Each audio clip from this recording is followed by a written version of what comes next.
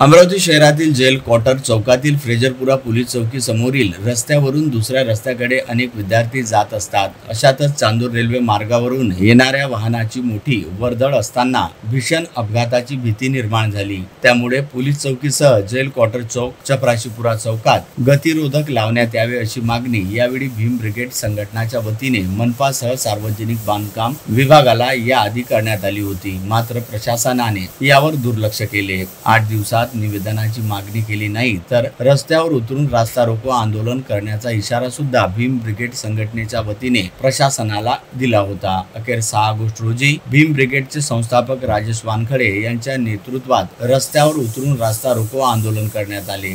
या आंदोलनात मनपा शाळा क्रमांक 13च्या उर्दू शाळेतील विद्यार्थ्यांनी सुद्धा सहभाग घेतला। दोन्ही रस्त्यावर रास्ता रोको आंदोलन करून प्रशासनाच्या विरोध घोषणाबाजी करण्यात आली। काही वेळाने लोटांगण घेऊन भीम ब्रिगेडचे पदाधिकाऱ्यांनी आपला रोष व्यक्त केला। रास्ता रोको आंदोलनामुळे चांदूर रेल्वे मार्गावरील शेकडो वाहने एकाच ठिकाणी रस्त्यावर थांबली।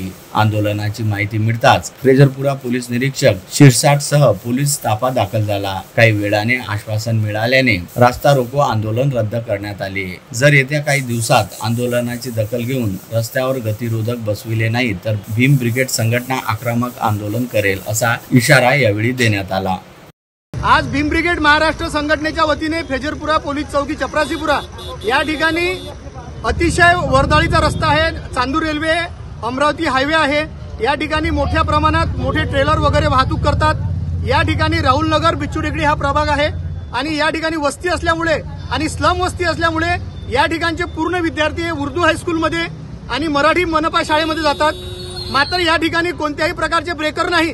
या ठिकाणी या अगोदर कित्येक अपघात झाले। अपघात झाल्यावर या ठिकाणी स्थानिक दुकानदार आहेत आणि ऑटो रिक्षावाले आहेत।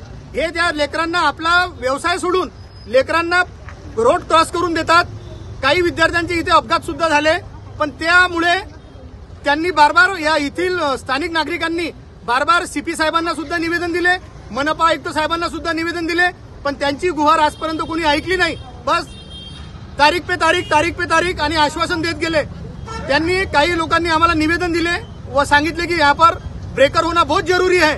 म्हणून आम्ही गेल्या 1 महिन्या अगोदर सन्माननीय कार्यकारी अभियंता सार्वजनिक बांधकाम विभागाचे गिरी साहेब यांना निवेदन दिले।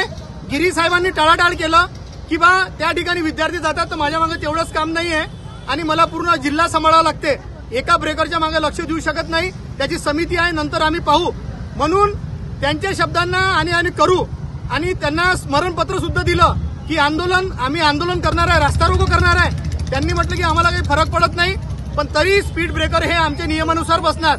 जर या ठिकाणी कोणत्या विद्यार्थ्याचा अपघात झाला तर याला जबाबदार कोण राहणार? गिरी साहेब राहणार आहे की मनपा आयुक्त राहणार आहे की पोलीस आयुक्त राहणार आहे? म्हणून आज त्यांच्या निषेधार्थ म्हणून आणि सार्वजनिक बांधकाम विभागाचे डोळे उघडण्यासाठी आम्ही विद्यार्थ्यांना घेऊन या ठिकाणी आज आम्ही आंदोलन केलं आहे आणि रास्ता रोको केला आहे।